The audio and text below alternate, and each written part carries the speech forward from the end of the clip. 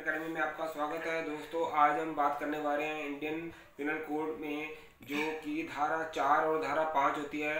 देखिए, धारा 4 में जो राज्य क्षेत्र अधिकरण आ जाता है, जैसे कि जो भारत का ही नागरिक है और उसने बाहर जाके कहीं अपराध कर दिया है तो उसको भी भारत के दंड के हिसाब से ही सज़ा मिलेगी।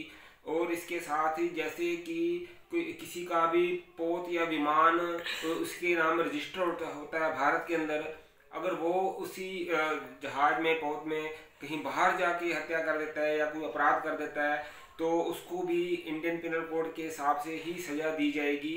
वो अपराध उसका भी वही अपराध गिना जाएगा जो उसने बाहर जाके किया है। इसके अलावा जैसे कि आप मान लो कि किसी नागरिक ने उगांडा में जाके या किसी दूसरे शहर में जाके, सिंगापुर में जाके और उसके वहाँ पर जा कर के भारतीय दंड के हिसाब से अगर उसने कोई अपराध कर दिया है तो उसको भी वही सज़ा मिलेगी जो भारतीय दंड में मिलने वाली है।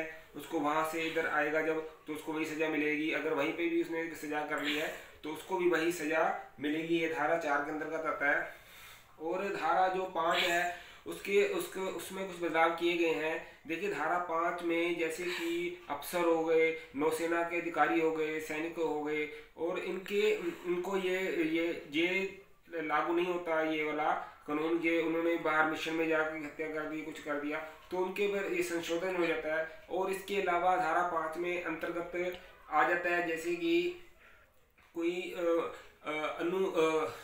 धारा में होता है जो कि जैसे धारा 5 में अनुच्छेद होता है। अनुच्छेद मतलब कि जैसे कि हिंदू की अलग उनका होता है, जो मुसलमानों का लॉ अलग होता है। उस हिसाब से कोई करता है उस हिसाब से कोई अपराध कर देता है तो वहाँ पर उनके जो अपराध की कैटेगरी है वो अलग अलग हो जाती है। उस हिसाब से भी उनको बदलाव हो करके उस हिसाब से उनको सज़ा दी जाएगी। तो इसमें धारा 4 और 5 में डिफरेंस है। तो हम इसके आने वाले और वीडियोस में इनके ऊपर और प्रकाश डालेंगे और बातें बताएंगे। तो जैसे अगर आप और इनके बारे में स्टडी करना चाहते हैं तो आप हमारे चैनल को देखते रहिए, हमारे चैनल को लाइक करते शेयर करते रहिए। आने वाले और एपिसोड में हम अलग अलग धाराओं के बारे में पूरा विस्तार से बताएंगे। Thank you very much.